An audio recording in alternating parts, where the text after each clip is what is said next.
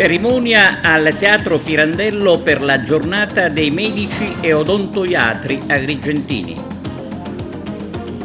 L'AICA non risponde alle segnalazioni e i problemi nel quartiere di Fontanelle si aggravano. Intanto iniziata la campagna per l'adesione a Fontanelle Insieme. Conferenza stampa sul destino dell'istituto scolastico della zona industriale. Calcio, le vittorie di Akragas e Pro Favara. Basket, vince anche la Fortitudo.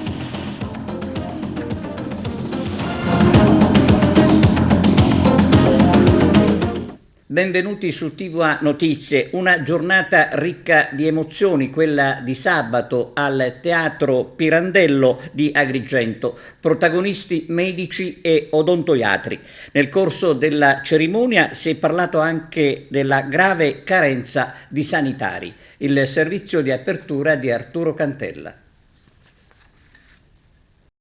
Si è svolto sabato sera presso il Teatro Pirandello di Agrigento la giornata del medico e dell'odontoiatra 2023, organizzata dallo stesso ordine professionale. Nell'ambito della manifestazione si è svolta la premiazione dei medici con 50 anni di laurea, quindi il giuramento di Ippocrate per i neoiscritti, previsti anche momenti di approfondimento condotti da Simona Carisi e Totono Cerabracco, moderati da Daniela Spalanca. Nel corso della manifestazione anche spettacoli con l'esibizione del tenore Andrea Donzella, l'attore Franco Sodano e il gruppo folk Città di Agrigento. La regia è stata coordinata da Franco Capitano. Questa è stata una giornata dedicata ai medici che compiono 50 anni di laurea, ai giovani medici odontoiatri che iniziano un duro e affascinante percorso pronunciando il giuramento professionale. La presenza dei giovani e dei colleghi anziani ha il significato del passaggio di testimone tra il passato e il futuro della nostra professione, che chiede a chi la pratica fedeltà a due discipline, scienza ed etica. Medico chirurgo e medico odontoiatra provengono da corsi di laurea separati ma condividono gli stessi principi etici. Queste le parole del presidente Pitruzzella all'apertura della manifestazione.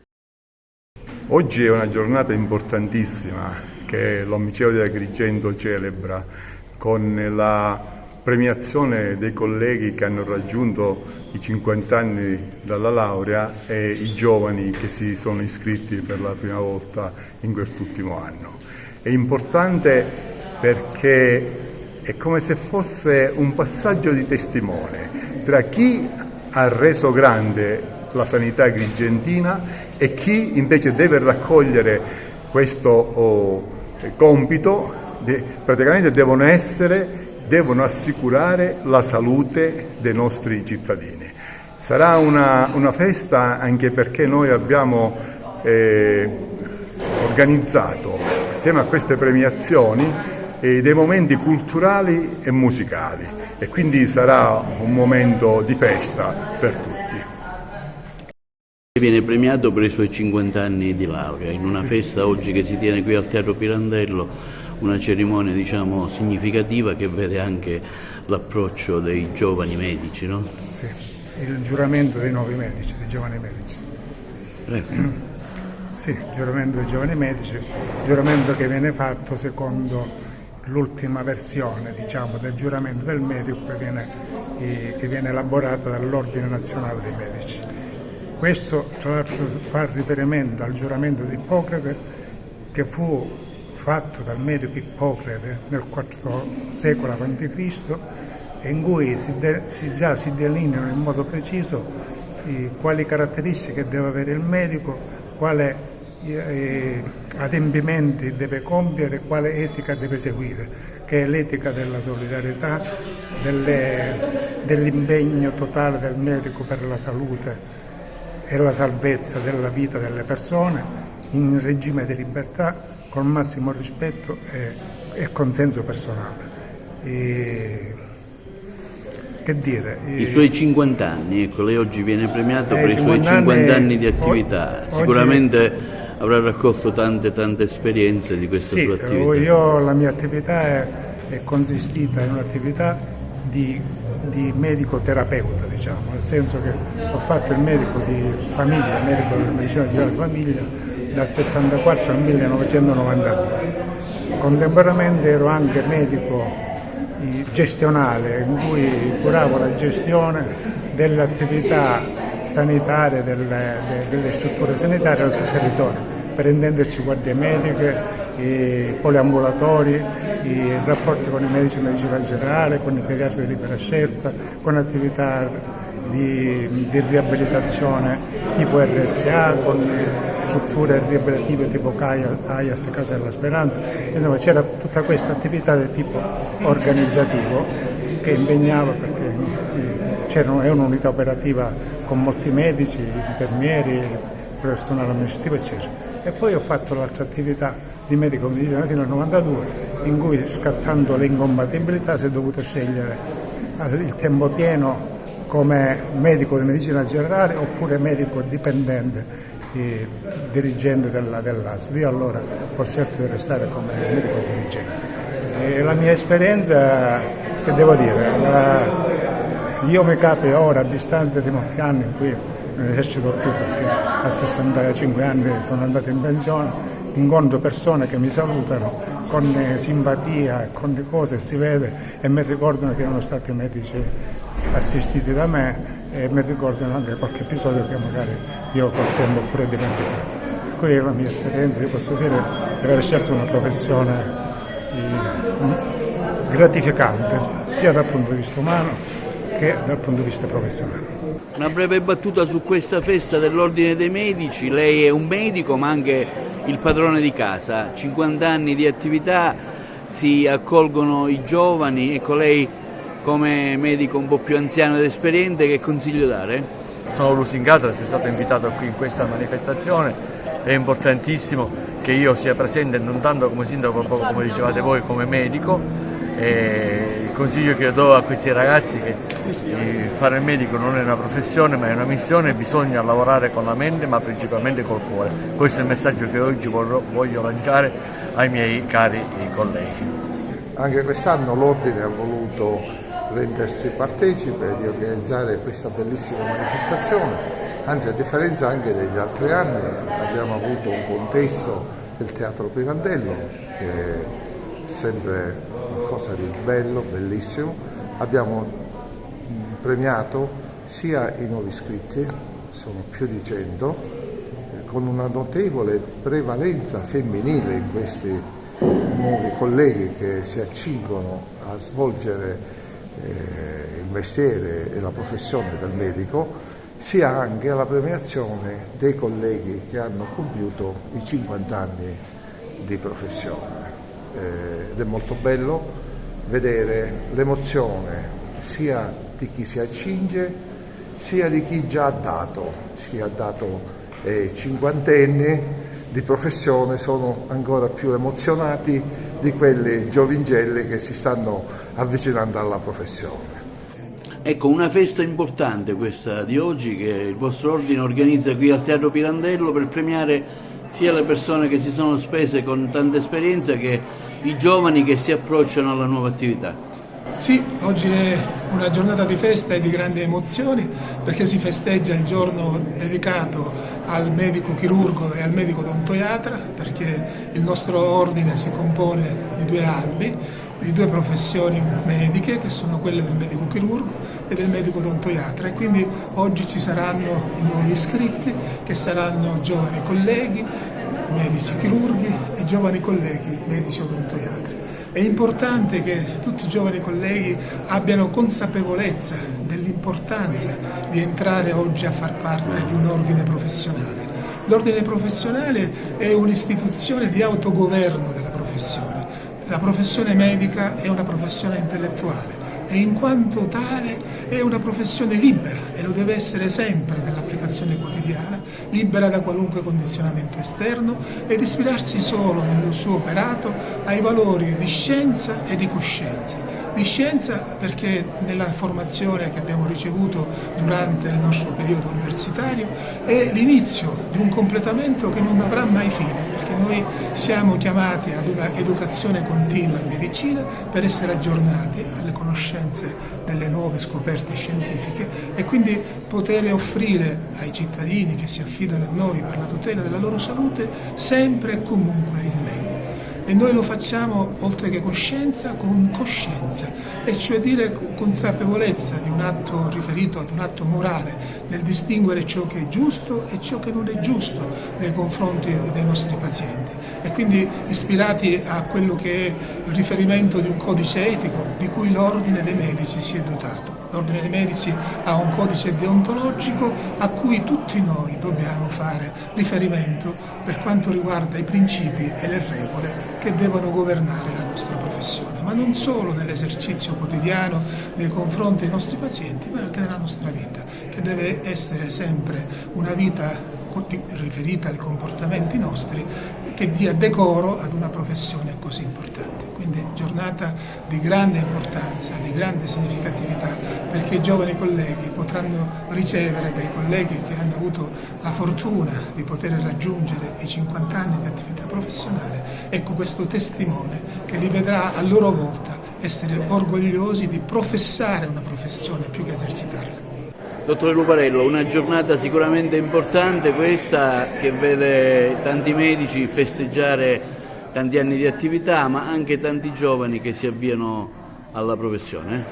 Sì, per noi è una ricorrenza annuale che sancisce una giornata benaugurante per chi arriva da un percorso lungo di studi e si accinge a intraprendere una delle professioni più belle al mondo. È un riconoscimento con un grazie infinito a chi per 50 anni si è speso sul territorio dando il meglio di quello che la professione consente oggi di dare, con risultati sicuramente encomiabili. Qual è lo stato di salute dell'Ordine dei Medici ad Agrigento, cui lei fa parte in maniera attiva e fattiva? È un ordine dei medici molto fattivo, in fibrillazione di attività rivolte principalmente a quello che è l'aggiornamento professionale dei medici per rimanere così al passo con i tempi e con le migliorie che oggi la medicina sta. Che raccomandazioni fa un giovane che si approccia all'attività? Di perseguire il sogno cavalcato per tanti anni di studi e riuscire a dare tutto se stesso per questo lavoro che è uno dei lavori più belli al mondo. Siamo col dottore Capitano che cura la regia di questa manifestazione dell'Ordine dei Medici per festeggiare i 50 anni di attività. Sì, quest'anno l'Ordine dei Medici ha scelto la solennità del Teatro Pirandello per questa ulteriore edizione della giornata dei medici e degli odontoiatri, che serve appunto come clou la finalità di premiare i neoiscritti, i giovani neoiscritti, e poi anche i senior che hanno compiuto 50 anni di laurea. Io ho accettato questo incarico con grande piacere per un'amicizia che mi lega sia ai medici dell'ordine sia in particolar modo al vicepresidente del dottore Alonci, Gerardo Alonci, e a tutti gli altri che mi hanno voluto, e io con grande piacere sono qui, ho lavorato, ho fatto la scaletta, ho preparato tutto. L'AICA non risponde alle segnalazioni sui disservizi e il comitato di quartiere di Fontanelle stigmatizza il comportamento dell'ente. Il servizio. Problemi sopra problemi nel quartiere di Fontanelle. Oggi ci occupiamo delle perdite idriche e dei disagi che esse comportano senza riscontro ai diversi reclami, come ribadisce il comitato di quartiere Fontanelle Insieme, il quale stigmatizza il comportamento dell'ente gestore, ovvero l'AICA. Ingenti perdite d'acqua, scrive Fontanelle Insieme, interessano le vie Gaspare Pona e Alessio Di Giovanni, con un continuo spreco. Stesso problema, aggiunge il comitato, nel viale Sicilia, dove tra l'altro è la presenza di una buca all'uscita da una curva a costituire un grosso pericolo. E non basta recintare la buca con la rete arancione, aggiunge il comitato di Fontanelle, per garantire la sicurezza stradale. Un disagio che va avanti da diversi mesi, tanto che il troppo tempo trascorso ha favorito la crescita spontanea di una pianta di pomodoro. La cosa che potrebbe sembrare comica conferma invece l'inefficienza dei servizi, a cominciare proprio da quello che riguarda il servizio idrico.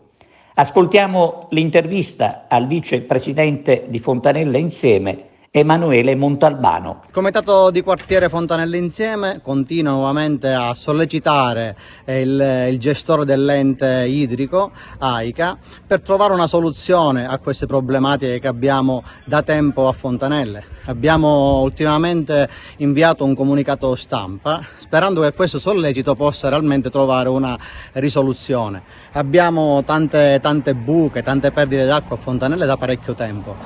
Quello che ci auguriamo noi è che comunque si possano risolvere in tempo debito. Noi possiamo capire che ci sono comunque dei tempi tecnici per poter agire, però sono passati troppi mesi e noi sinceramente crediamo che AICA questo deve tenerlo in considerazione. Abbiamo chiesto anche all'amministrazione comunale di intervenire perché anche per loro è importante visionare e attenzionare la gestione del servizio idrico qui ad Agrigento. Noi come comitato di quartiere continuiamo ancora a sollecitare sperando realmente che si possa trovare una soluzione definitiva a queste problematiche che continuano a persistere nel nostro quartiere. Per quanto riguarda la cosiddetta La Pazza di Viale Sicilia, c'è una risposta, mancherebbero 15 metri di tubo a quanto pare, una cosa ridicola. Sì, ci è arrivata questa notizia in maniera informale, però comunque la prendiamo come una cosa positiva, nel senso che comunque si sta realmente qualcuno interessando per poter risolvere questo problema, sperando che a breve si possa comunque risolvere. Ovviamente i problemi di Fontanelle, come dicevi, sono tantissimi, sui quali lavorate comunque. Noi lavoriamo giornalmente a segnalare queste problematiche a Fontanelle e nella nostra programmazione c'è anche quello di incontrare direttamente gli assessori al ramo e realmente fare un giro a Fontanelle per far visionare quali sono le problematiche del nostro quartiere. Ovviamente questo deve portare ad una soluzione, ad un lavoro concreto degli amministratori del nostro comune. E a Fontanelle sabato mattina in via Barone Celsa e ieri nel sagrato della parrocchia di San Nicola gazzebi aperti per l'adesione al comitato Fontanelle Insieme. Il tesseramento per il 2024 ha avuto una prima soddisfacente risposta da parte degli abitanti. Nelle prossime settimane sarà ancora possibile aderire al tesseramento nel corso di altri appuntamenti che verranno resi noti. Ieri alla messa delle 11 all'omelia il parroco di San Nicola, Don Andrea Militello, ha esortato ad essere parte attiva, ad essere da supporto, insomma, per risolvere i problemi del quartiere. Un invito, quello del parroco, a far valere i propri diritti collaborando con il comitato. Conferenza stampa sul destino dell'Ipia, che dalla zona industriale si vorrebbe trasferire in locali più sicuri. Peppe Di Rosa, è da 9 anni che questo istituto si trova ubicato qui nella zona industriale di Aragona. Ai tempi si disse è una questione di qualche mese, invece sono passati parecchi anni. Guarda, noi ci opponemmo già allora, io ero consigliere comunale e ricordo benissimo che ci opponemmo, poi ci fu detto che era un temporaneo trasferimento e tutte le associazioni, quelle che stavamo discutendo tra di noi sulla questione del trasferimento in zona industriale, cosa che abbiamo sempre visto sicuramente male perché la zona industriale va utilizzata per quello che nasce. Sono felice oltretutto di avere Legambiente al mio fianco, Daniele Gucciardo ne è il responsabile provinciale, il responsabile del circolo Rabat di Agrigento e già allora testimoniano tutte le nostre iniziative, dicemmo che era un errore farlo. Oggi non parliamo solo della questione ambientale, ma c'è anche, guardate, mezzi pesanti, ci sono aziende, 16 aziende in questa zona industriale hanno a che fare col riciclo del rifiuto. tutti i giorni, a tutte le ore c'è un traffico assurdo. Questi ragazzi non sono né ad Agrigento, né ad Aragona, né a Favara. Da premettere che questo istituto era un fiore all'occhiello per la provincia di Agrigento e si sono persi 18 milioni di euro per il ripristino dell'istituto EPIA che insiste in zona San Giuseppuzza di Agrigento. Cos'è successo? Cosa non è successo? Oggi dobbiamo ripartire. Ci sono 34 aule pronte nell'ex Foderà, questo istituto va trasferito, questi ragazzi vanno tutelati dal punto di vista salute e pericolo. Una cosa importante c'è da dire, ci sono degli atti e sono atti pubblici, ci sono degli atti che sono lo specchio di quello che è oggi. L'ASP ha detto che questo istituto va trasferito, il prefetto lo ha dato disponibilità.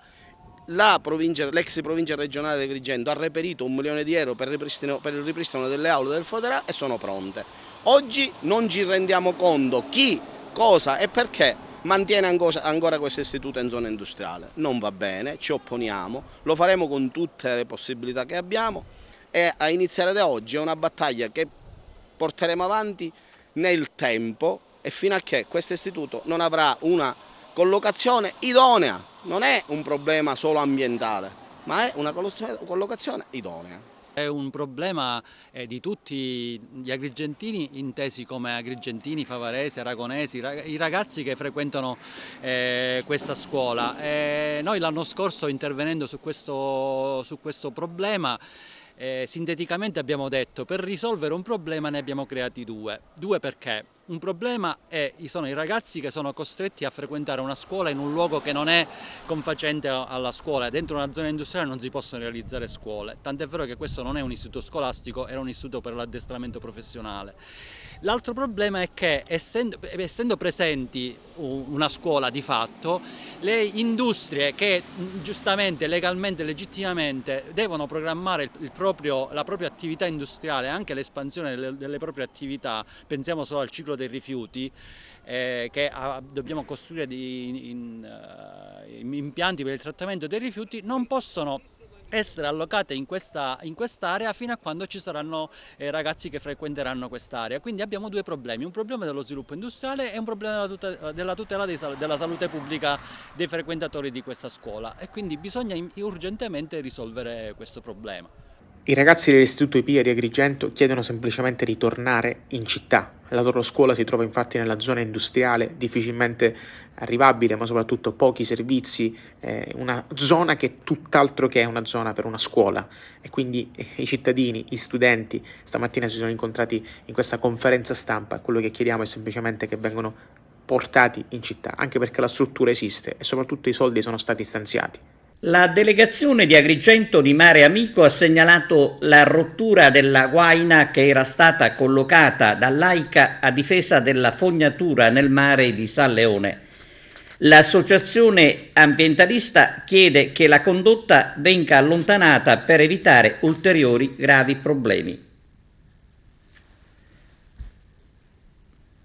L'oratorio in cui i ragazzi giocano al calcio in un quartiere di Licata riceve in dono un pallone dal sociologo Francesco Pira. Si tratta di un pallone che Pira aveva ricevuto dalla FIGC, un gesto simbolico per dire no alla violenza. Arturo Cantella.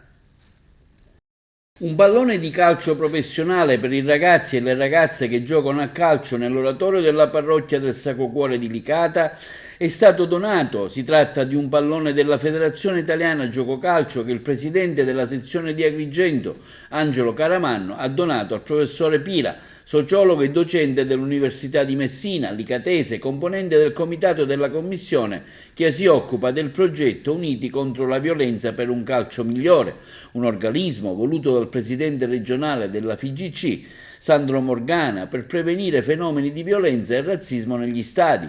Quando il presidente Caramanno mi ha donato questo pallone ho subito pensato di consegnarlo a un oratorio della provincia e così ho deciso di mettermi in contatto con il parroco della chiesa del Sacro Cuore di Licata, Don Pino Agozzino, che ha accolto con gioia la mia proposta. Domenica il professore Pira ha incontrato Don Pino Agozzino, l'allenatore Giacomo Sabini, i ragazzi e le ragazze che giocano a calcio in parrocchia, quelli che frequentano i corsi per la prima comunione, la cresima e i rappresentanti delle comunità Mascia, rappresentata dal delegato di zona Bilotto e dal magister commissario Bulone, le catechiste e gli educatori. È un piccolo gesto, ha dichiarato il sociologo Pira, al termine dell'evento, che ha un grande significato simbolico: educare le nuove generazioni al valore dello sport e del rispetto dell'altro, di qualunque colore esso sia. Ha seguito l'intervento di Don Pino Agozzino: siamo impegnati quotidianamente con i bambini e le bambine, i ragazzi e le ragazze che credono nei valori cristiani. Grazie al lavoro di tutti i volontari in parrocchia le vediamo crescere più forti e solidari. Ho voluto che il professore Pira incontrasse tutti loro per fare passare questo messaggio di fratellanza racchiuso in quel pallone che da oggi è della nostra parrocchia. Allora, niente ragazzi, questo pallone è un pallone importante. Vedete che c'è lo stemma dell'Italia e c'è lo stemma della FIGC.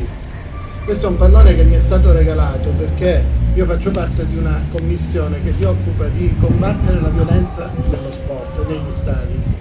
Quindi è importantissimo, questo pallone significa che voi quando giocate dovete essere più buoni e rispettare sempre l'avversario e rispettare i vostri compagni. Quindi il messaggio di questo pallone è molto chiaro, ok? Quindi me l'hanno regalato, io l'ho regalato ai ragazzi dell'oratorio, l'ho consegnato a Don Pino e ci potete giocare voi, ma è un pallone da professionisti, quindi quando segnate è come se foste giocatori di Serie A.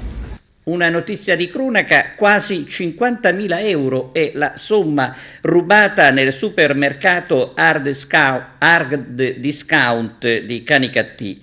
I malviventi sono penetrati all'interno del supermercato agendo da professionisti. Delle indagini sul furto si stanno occupando i carabinieri. Al momento non si esclude che i ladri possano essere gli stessi che hanno agito al villaggio Mosè qualche giorno fa. La stagione per il turismo in Sicilia è stata positiva. Adesso si guarda al futuro. Con quali progetti? Ce lo dice l'assessore regionale al turismo. Abbiamo lavorato bene, che è stata fatta una buona azione di comunicazione e marketing rispetto a una destinazione, la Sicilia, che è stata scelta da tantissimi viaggiatori, continua ad essere scelta sia per le bellezze naturali sia per il clima, assolutamente sì, ma anche per quell'azione importante che il governo regionale insieme agli amministratori locali riesce a fare. Mi riferisco ai tanti eventi di portata, diciamo, internazionale ormai, quindi di livello culturale, che vengono fatti sui territori e certamente riescono ad essere anche questi attrattori turistici. Dopodiché, una volta che tu hai i dati, devi comunque capire cosa devi fare per mantenere quel trend. Quindi noi abbiamo un trend sicuramente in crescita. Già io ho in parte i dati di ottobre che sono ancora più in aumento rispetto a quelli che abbiamo considerato sino a settembre.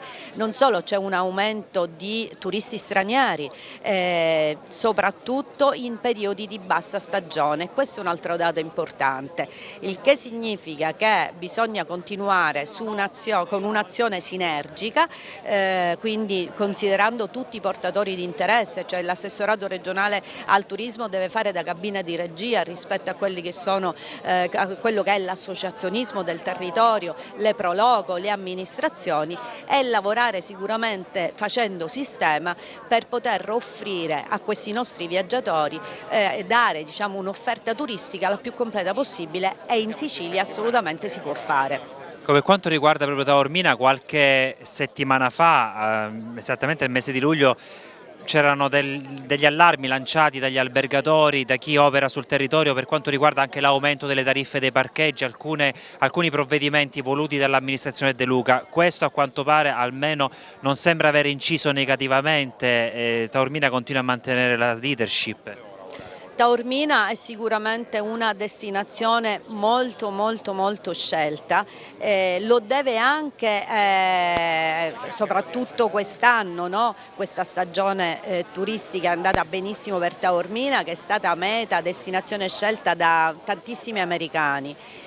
Questo è successo perché c'è stata quella serie televisiva The White Lotus, e la casa di produzione ha scelto Taormina come sede per girare le riprese, per cui Taormina è stata vista nel mondo ed è stata scelta come destinazione da tantissimi americani. Sembrerebbe che anche per il 24 ci sia ancora questa volontà di questo turismo americano a venire in Sicilia e a fermarsi a Taormina. Taormina del resto ultimamente, lo abbiamo visto, è stata anche scelta come, ci sono stati fatti degli importanti investimenti da aziende internazionali, il che significa che si vuole proiettare verso un turismo un po' più di lusso, no? Verso quella gamma di lusso che è chiesta dai nostri viaggiatori.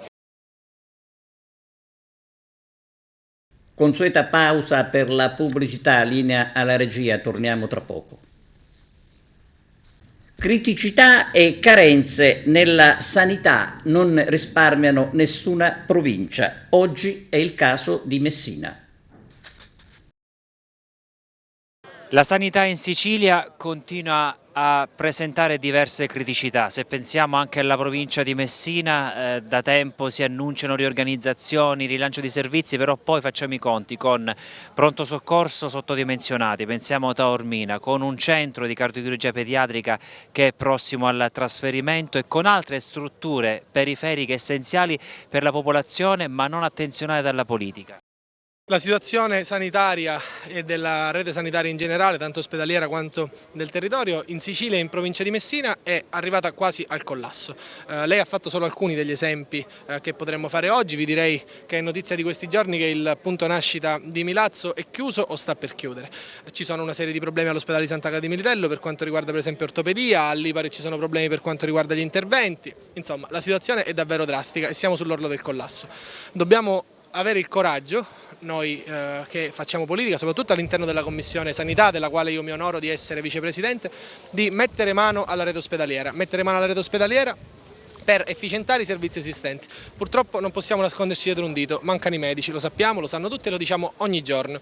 A parte la proposta che è stata approvata a mia prima firma dall'Assemblea regionale siciliana all'unanimità e che il 7 novembre discuterò col Ministro dell'Università e della Ricerca, Anna Maria Bernini, che è volta all'abolizione del numero chiuso, non ci sono soluzioni, questa è una soluzione a lungo termine ovviamente, non ci sono soluzioni immediate. L'unico modo è efficientare le risorse esistenti, la politica deve metterci la faccia per fare questo. Per quanto riguarda le strutture, il potenziamento, è vero che mancano i medici, però talvolta mancano anche delle strutture adeguate sul territorio. Qui cosa si deve fare? Assolutamente sì, i medici mancano in senso assoluto e generale, questo sì, ma scappano dalle strutture pubbliche, vanno verso le strutture private perché lì hanno un contratto di lavoro più appetibile, hanno delle strutture in senso fisico ben più organizzate e riescono a lavorare meglio. È opportuno intervenire anche in tema di edilizia, in tema di ristrutturazioni per quanto riguarda le strutture ospedaliere, ma non solo.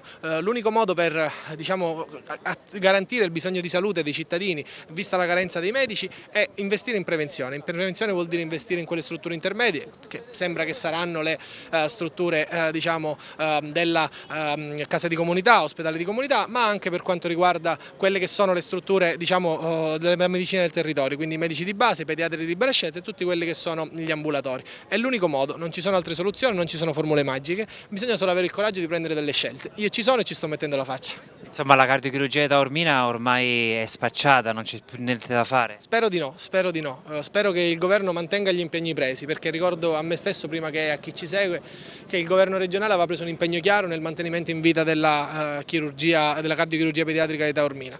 Ha preso questo impegno, poi è venuto meno la sua parola, è seguito un lungo periodo di silenzio, poi aveva preso un altro impegno per una proroga. Lotterò insieme anche agli altri colleghi, devo dire è stata una scelta che non ha visto colori politici a dividerci, per cercare di mantenere in vita questo servizio che è un'eccellenza per il nostro territorio. Non consentiremo questo ulteriore scippo alla città di Messina, alla provincia di Messina. Siamo alla pagina sportiva, cominciamo con l'importante vittoria dell'Acragas e poi una panoramica sui campionati delle altre agrigentine. Carmelo Lentini. Un doppio intervento miracoloso al 95esimo del portiere cragantino Sorrentino evita il pari ad una San Cataldese arrembante che ha tenuto sotto pressione i padroni di casa sino all'ultimo respiro. Una gara piatta sino a 10 minuti dalla fine del primo tempo, con entrambe le squadre che hanno preferito affrontarsi al centrocampo con qualche tiro da lontano, senza conseguenze per le rispettive porte. Poi al 40esimo un fallo subito da Trombino al limite dell'area veniva punito con un calcio di punizione. Batte lo stesso attaccante biancazzurro, ma il pallone viene vistosamente respinto con un braccio in area da un giocatore della San Cataldese. L'arbitro non ha dubbi ed indica prontamente la lunetta del calcio di rigore. Nessuna protesta da parte della compagine di Sclafani. Dal dischetto realizza lo stesso Trombino, un vantaggio che galvanizza i padroni di casa, che alcuni minuti dopo raddoppiano. Contropiede veloce, con doppio scambio tra Trombino e Di Mauro, con quest'ultimo che di sinistro infila la porta dell'incolpevole Dolenti. Un raddoppio bello per esecuzione che ravviva una gara sino ad allora molto tirata e a tratti anche noiosa. Al rientro dagli spogliatoi si susseguono alcune sostituzioni da ambo le parti e al 48esimo un forte tiro di Liga si stampa contro la traversa dell'Acregas. La San Cataldese insiste in avanti, ma non riesce a impegnare più di tanto il portiere sorrentino che svolge un lavoro di ordinaria amministrazione. È l'ultimo quarto d'ora che la gara si ravviva improvvisamente sia da parte acragantina con Di Mauro e il nuovo entrato Bruno che in un paio di occasioni sfiorano il tris. Troppi errori sotto porta, ne approfitta la San Cataldese che sfruttando un'errata respinta della difesa riesce con un sinistro omicidiale a superare il portiere sorrentino. Adesso subentra un po' di timore da parte biancazzurra, la squadra si salva dai veementi attacchi della San Cataldese che in pieno recupero sfiora il pari. 2 tiri consecutivi in porta e doppia ribattuta del portiere sorrentino evitano il pari finale e consegnano 3 punti importanti alla propria squadra che adesso rassodano la zona playoff. Domenica prossima l'Acregas sarà impegnato a Barcellona con la locale Igea Virtus e mercoledì 15 novembre invece all'Essineto sarà Coppa Italia contro il Trapani. Ed ora andiamo dentro gli spogliatoi per sentire i protagonisti di questo match. Diciamo che non eravamo brocchi mercoledì, non siamo fenomeni oggi. Quella di mercoledì purtroppo è stata una gara nata male, finita peggio, una prestazione negativa, ci può stare penso nell'arco del campionato, non in quelle dimensioni, però oggi penso che la squadra ha dimostrato di essere un grande gruppo. Io sono fiero di questi ragazzi, del mio staff tecnico, è uno staff tecnico importante, ha ricompattato il gruppo, avevamo solo 3 giorni per poter smaltire la grande delusione e penso che oggi abbiamo fatto un'ottima gara, abbiamo giocata per come si doveva giocare, stando ordinati in campo, soffrendo quanto c'era da soffrire e creando tanto davanti alla porta avversaria. La Cragassa dei giovani, direttore, vince e convince. La Cragassa dei giovani vince e convince. Oggi noi avevamo 7 assenze, abbiamo fatto esordire il nostro gioiellino, il 2006 di Stefano. Lo stiamo facendo, come si suol dire, maturare piano piano. Oggi era toccato a lui, ha avuto un infortunio, speriamo non sia nulla di grave. Purtroppo con i 2005-2006 quest'anno abbiamo una sfortuna incredibile. Speriamo che si tratti solo di una botta. Mi preme ringraziare la curva che è sempre con noi, sono veramente, ti fanno emozionare, ti fanno sentire il loro calore. Ne avevamo 5 all'Ocri, sappiamo i sacrifici che hanno fatto per venire all'Ocri e noi dedichiamo questa gara, questa vittoria alla curva. 2 giovani grandi protagonisti, Di Mauro, terzo gol in campionato, oggi un gol meraviglioso, e poi Sorrentino che ha blindato la vittoria dell'Acregas nel finale. Sì, Sorrentino altro under. Sorrentino nell'ultimo minuto ha fatto 2 miracoli. Voglio anche fare i complimenti alla San Cataldese, ho visto una squadra ben messa in campo che corre tantissimo, negli ultimi minuti ci ha messo in difficoltà. però noi quanto c'è da chiudere le gare dobbiamo chiudere, abbiamo fatto 4 palle gol sul 2-0, direi clamorose, poi paghi perché un gol rimetti in discussione una gara che penso che comunque abbiamo strameritato di vincere. Oggi la Caracas è quinta in classifica, una neopromossa, la società se l'aspettava questo risultato ottimo? Ma guarda, noi ti dico una cosa, per me, per il gruppo, per la società siamo a meno 22 dall'obiettivo, abbiamo 18 punti, penso che a 40 sia la quota dato che si è ritirato il Lamezia. Sì, ce l'aspettavamo, ma non per essere presuntuosi, perché sappiamo il gruppo che abbiamo creato, sappiamo il grande lavoro che c'è dietro, sia del gruppo che della società, perciò oggi siamo contenti di questo percorso. Post gara Caracas San Cataldese, in sala stampa l'attaccante Alfredo Trombino, una vittoria voluta, cercata e alla fine ottenuta con grande determinazione. Sì, abbiamo fatto una grande partita, dovevamo rifarci sicuramente dalla partita negativa di Locri, dove abbiamo subito 4 gol, ma si sa è stato solo un caso perché sono delle partite che partono male e poi con le 2 espulsioni che abbiamo subito si è messa male, però oggi siamo ripartiti alla grande. Sin dal primo momento abbiamo messo in campo la giusta determinazione, abbiamo portato a casa i 3 punti. Che peso hanno questi 3 punti? No, hanno un peso sicuramente importantissimo, ripeto, sia per il gruppo, per l'ambiente, per tutta la società, perché sapevamo che, come ho detto prima, dovevamo rifarci dalla sconfitta di Locri e ci siamo riusciti alla grande, quindi sicuramente una bella cosa sia per noi, sia per lo staff che ne aveva bisogno e sia per tutta l'Agragas. Come è arrivata questa vittoria? No, è arrivata sicuramente con la forza del gruppo. Ci siamo messi da mercoledì in poi, ci siamo messi in testa che era la partita, diciamo, della svolta, anche se è stato solo uno svarione, come ho detto prima, la partita di mercoledì. Sin dal primo momento abbiamo detto che questa partita dovevamo portarcela a casa a tutti i costi e così è stato. 3 punti importantissimi per raggiungere il prima possibile la salvezza. Sì, questo è, diciamo, l'obiettivo principale, sicuramente il primo è da raggiungere, poi quello che verrà. Speriamo di farcela il prima possibile e di partita dopo partita mettere, diciamo, dei mattoni importanti. Dunque la Caracas si aggiudica 3 punti importanti e vendica il brutto 0-4 subito sul campo di Locri. La compagine dei Templi compie un bel balzo avanti in classifica generale e si posiziona al 5° posto in piena zona playoff. Vince anche Licata per il rotto della cuffia e si gode il 4° posto alle spalle delle Big. Mezzo passo falso per il Trapani, fermato in casa da un irriducibile Acireale.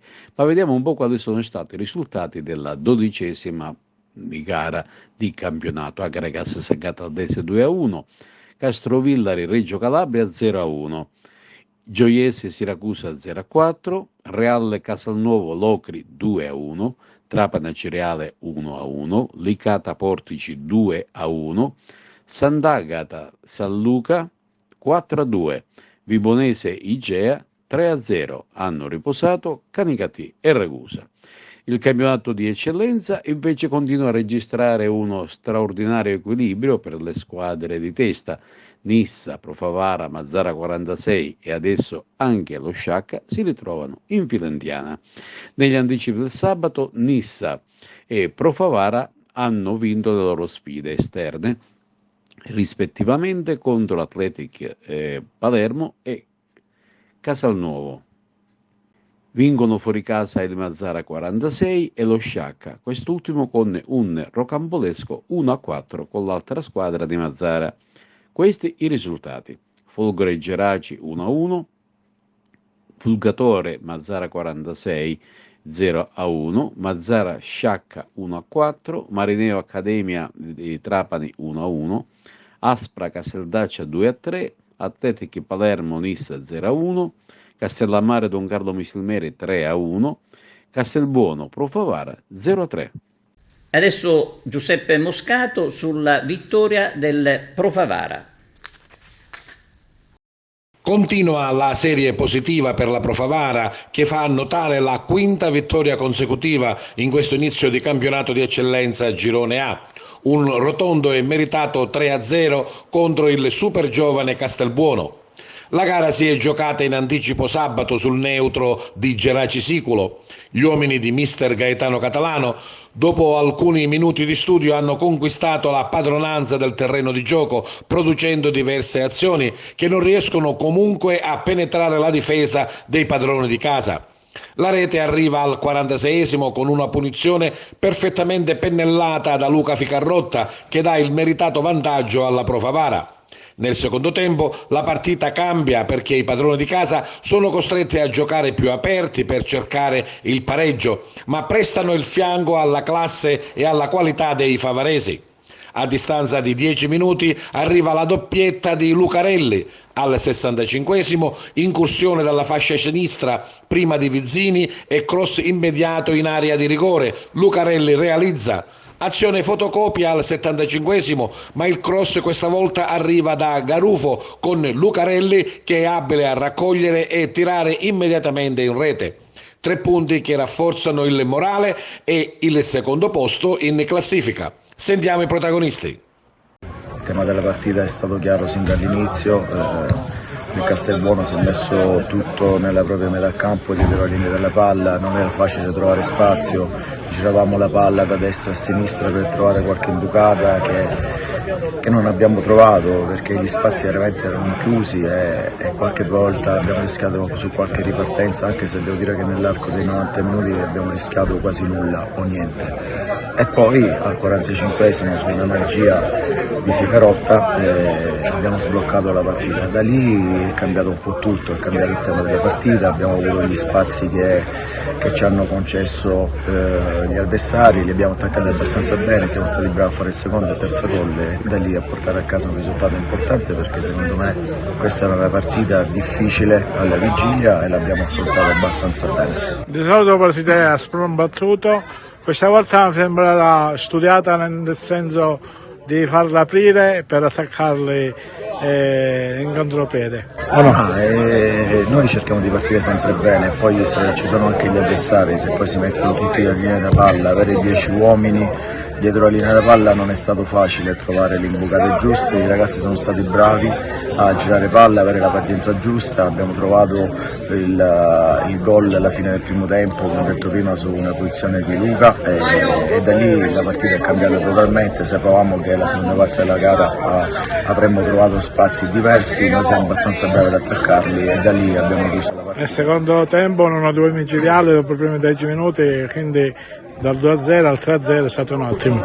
Sì, questa è una cosa positiva perché domenica scorsa abbiamo sbagliato tanto contro la Folgore perché secondo me potevamo chiudere la partita, oggi invece l'abbiamo fatto, i ragazzi stanno crescendo, la squadra sta diventando matura, capisce che non possiamo lasciare niente al caso e credo che oggi l'hanno dimostrato, abbiamo fatto abbastanza bene, adesso stacchiamo 2 giorni come giusto che sia e poi martedì penseremo alla prossima. Una vittoria importante contro una squadra che fa l'intensità e la fame la sua forza. Oggi siamo stati veramente un grande gruppo e abbiamo superato anche quest'altro ostacolo. Ora pensiamo partita dopo partita e ci prepariamo alla partita in casa. Basket, la Fortitudo vittoriosa contro il Cantù, una vittoria che fa dimenticare la sconfitta con il Trapani. Ci aspettavamo tutti una risposta, vi aspettavate soprattutto una risposta, l'avevi detto anche dopo la partita di Trapani, questa squadra un po' deve fare meglio soprattutto dal punto di vista della mentalità, questa risposta è arrivata in maniera anche convincente, coach, sei convinto di questo? Sì, assolutamente, è arrivata in maniera roboante perché il risultato è eloquente, guardando le statistiche oggi ci sono una marea di dati assolutamente sopra la media, noi siamo una squadra che fino ad oggi avevamo tra le valutazioni più basse del girone, oggi c'è 117 di valutazione contro i 77 di Cantù, che è un abisso veramente, però devo dire che la cosa che mi soddisfa di più è che finita la partita di Trapani ci siamo parlati, ci siamo confrontati e abbiamo deciso di fare una cosa molto semplice e allo stesso tempo difficile, cioè tornare a delle basi che dovevano essere, prima di tutto l'atteggiamento, che a Trapani era stato deficitario perché ai primi 2 schiaffoni che abbiamo preso ci siamo messi nella condizione di pensare di non vincere più una partita. Oggi invece siamo entrati e non abbiamo lasciato fare a Cantù niente di semplice. il valore dell'avversario che abbiamo affrontato e l'importanza anche di questo scarto, di questo divario, secondo me lo dimostrano tutte quelle piccole volte che noi ci siamo rilassati un istante e Cantù puntualmente ci puniva. È chiaro che quando giochi contro di loro, oggi senza Baldirossi, chiaro, devi scommettere da qualche parte, la coperta è corta, però la prima scelta difensiva su Nikolic leggermente adeguata, Nikolic fa canestro, Berdini entra e in 10 minuti fa 13 punti, quindi l'avversario, l'avevo detto, sono i primi in classifica, non per caso. Noi però semplicemente oggi siamo stati perfetti, perché è normale che all'interno di una partita ci possano essere dei piccoli passaggi che non vanno, ma anche in quelli abbiamo reagito, abbiamo fatto difese importanti, abbiamo preso dei rimbalzi molto importanti e soprattutto, dico, vinciamo di 18 punti tirando col 35% di tiri liberi, quindi una partita che probabilmente potevamo controllare anche più facilmente in determinati momenti, e sono straorgoglioso di quello che hanno fatto i ragazzi oggi, perché tra mercoledì e oggi noi siamo entrati in palestra e ci siamo veramente ammazzati, anche ieri, il giorno prima della partita, è stato duro, tosto, altissima intensità, e secondo me oggi si sono visti tutti i risultati. Permettetemi di spendere 2 parole sulla partita di Albano, perché è una roba veramente spaventosa, cioè vedere il 100% dal campo, cioè siamo alla tripla doppia praticamente, quasi 9 rimbalzi e 8 assist, da leader qual è stato non solo oggi ma anche in questi 2 giorni che ci hanno portato alla partita, quindi devo fargli un plauso assoluto perché ha fatto qualcosa di incredibile. Nel momento più difficile ti aspettavi una partita quasi da sogno? Allora guarda, eri nello spogliatoio con me, quindi prima della partita l'hai sentito, io ho detto ai ragazzi che in loro ci credo ciecamente, non lo dico per, sai, il discorso motivazionale prima della partita, potrei scegliere 1000 parole, ma quando io vedo i ragazzi uscire dalla partita di Trapani, li vedo dentro lo spogliatoio, li rivedo giovedì in palestra e fanno giovedì, venerdì e sabato con quelle facce, con quella assunzione di responsabilità, io ho detto ai ragazzi che ci credevo e lo dicevo veramente dal profondo del cuore, e quindi magari ecco non mi aspettavo una partita in cui tiriamo col 63% da 3 punti, no, razionalmente non me l'aspettavo, però per quello che ci siamo detti era facciamo cose abbastanza semplici, abbiamo cambiato qualcosina a livello difensivo per limitare un giocatore come Hiki che fino ad oggi stava dominando il campionato, e credo che abbiamo fatto una roba notevole perché in 38 minuti l'abbiamo tenuto a 7 punti e gli abbiamo concesso 6 assist ma ne ha 9 di media in campionato, quindi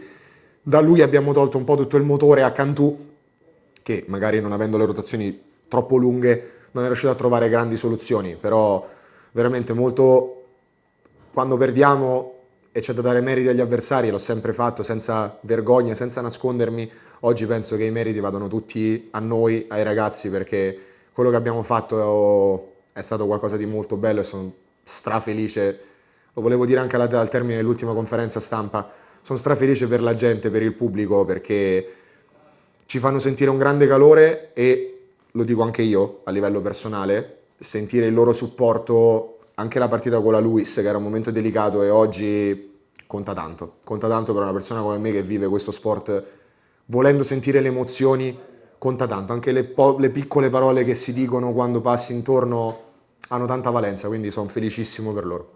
E con questo servizio si conclude il nostro telegiornale, vi ringraziamo per l'attenzione e arrivederci.